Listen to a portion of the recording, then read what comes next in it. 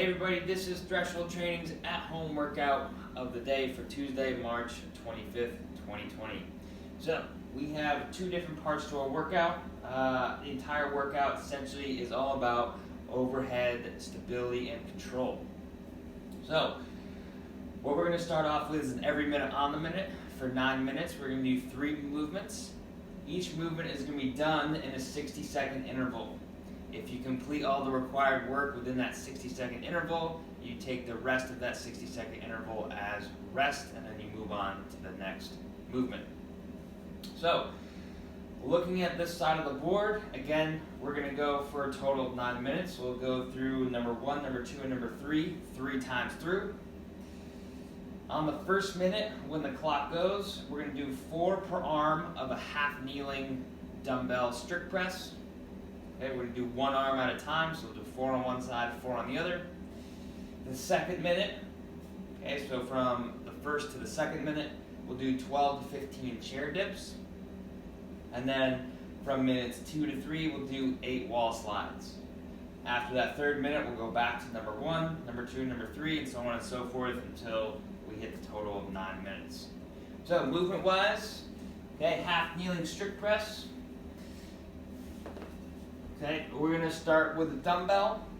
Okay, you can use something else that's weighted like laundry detergent, right? A gallon jug, okay, or something else that's weighted that you can hold safely in your hands. You're going to adopt a half kneeling position. You may put a pad under your knee if you'd like. We're going to put that object right by our shoulder, and we're going to press straight up over our head, and then come back down. Each one is 1 rep. We're going to do 4. So in this half kneeling position, what we're looking for is for the dumbbell to finish straight over your shoulder, which is directly over your hip and your knee. So we should see that our entire extremity is locked out over our trunk, right? We are not forward or we're not too far backward. In addition, we're keeping our ribs down, okay, to make sure that we are in a proper trunk engagement and our pelvis is tucked underneath, okay, so we can keep our midline stable as we go through this motion. After we're done 4 per side, we're going to do 12 to 15 chair dips. So, chair dips can be done, of course, with a chair or a stool. Over here. Okay, so from here, what I'm going to do is put my hands on the back of my chair. I'm going to lift my hips forward. I'm going to descend all the way down until my shoulder gets just below my elbow, and then I'm going to come all the way back up. Hey, it's important to note that the direction is downwards, not outwards. Okay, we just need to go down. Okay? As I'm going through this, I'm making sure my shoulders kind of stay rolled down and back. They don't translate forward at all, or kind of shrug up towards my ears like this. Okay. If you need to modify the depth, okay, you can use a stair. Come over to the stair, do the same thing.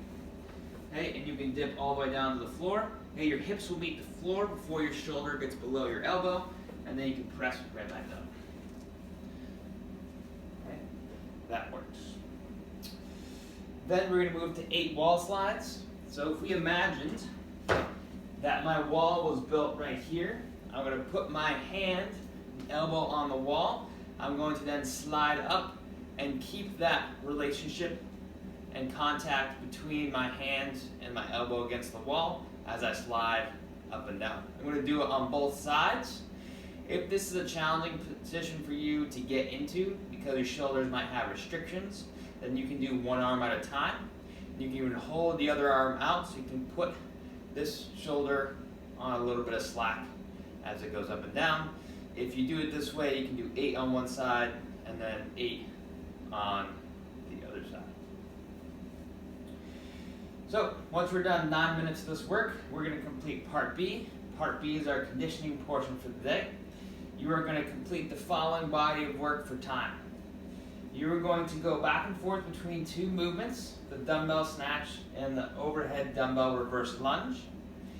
And you are going to go up the ladder from 1 to 10, okay, performing 1 rep to start on each movement, so 1 dumbbell snatch, 1 overhead dumbbell reverse lunge, then you will come back to the snatch and do 2, 2, then 3, 3, 4, 4, 5, 5, 6, 6, etc., until you hit 10 and 10. Please note that when you're doing the lunges, the reps are per leg. So that is to say, when you start on 1, you will do your 1 dumbbell snatch. You will then do your overhead lunge as 1, 1, and that counts as 1 rep. When you do 2 reps, you're going to go 1, 2, 3, 4. Okay, that's 2 reps. 3 is kind of 6. 4 is 8, 5 is 10, and so on and so forth. It's just that you're doing 1 per leg, and that counts as 1 rep. So, movement-wise, dumbbell snatch looks like this. I'm switching arms every time if there are multiple reps. Okay. So, to break down the movement, dumbbell is going to start on the floor. Okay, one arm is going to be holding the dumbbell. Hips are going to be below the shoulders.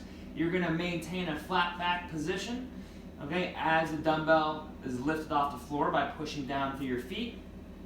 Opposite hand is going to just float in the air. You're going to lift the dumbbell off. You're then going to jump and pull the dumbbell up overhead. When it lands overhead, you're going to press it out and then safely lower it and switch arms. A couple key things we're looking for is we're keeping our body in such a shape that we have vertical shins and that our chest is still above our hips as we perform the dumbbell snatch. The second thing we'll be looking for is a straight arm the entire way that the dumbbell is lifted off the floor until the hips. Okay? That is to say that we are not dominating the movement by pulling early and then trying to complete the movement. Okay? We are using all of our leg drive, all of our hips, all of our knees to complete the movement complete the hip drive before our arm bends.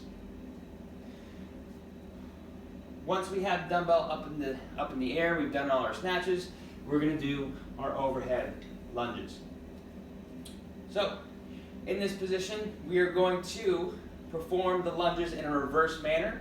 So we're going to step back, like so, and we will alternate legs. This would be 1 rep. Okay? So, we are looking for the dumbbell to be stacked over the body. As we lunge behind us, we're keeping our hips tucked underneath our body, so that's to say they're not sticking out like this, backwards. They're tucked underneath, like so.